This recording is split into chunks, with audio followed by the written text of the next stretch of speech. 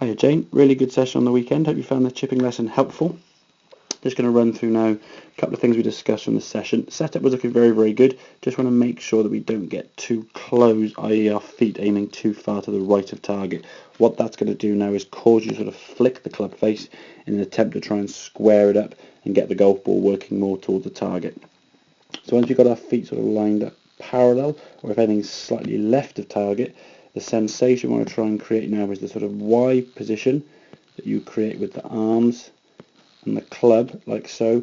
We want to try and maintain that position throughout the swing. So we're just sort of rocking the club back.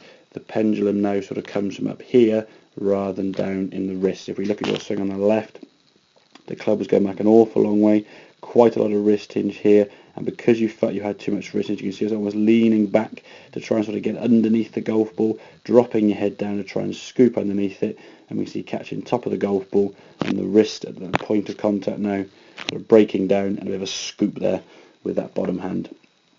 The sensation we're trying to get is almost like a putting action, just swinging that Y, so you can see a lot less wrist hinge going back, much better strike, and the arms then can just swing through, back and through as a pendulum. As we said, the pivot point is coming up here level with your shoulders and just rocking back and forth with the club. And you can see by doing that, we get a much more consistent strike. And if we can get that strike continually every single time, judging distance now will be a heck of a lot easier, because if the club goes back to here, it will go 20 yards. If it was to go here, should we say 10, and it was to travel further back, you'd be looking at 25, 30 yards. So just get the sensation of it sort of rocking the shoulders back and through, so almost like a putting action. And I'm sure you'll find your chipping will be a whole lot better in the future. So hope that all makes sense. Any questions, feel free to give me a shout, and I'll see you soon.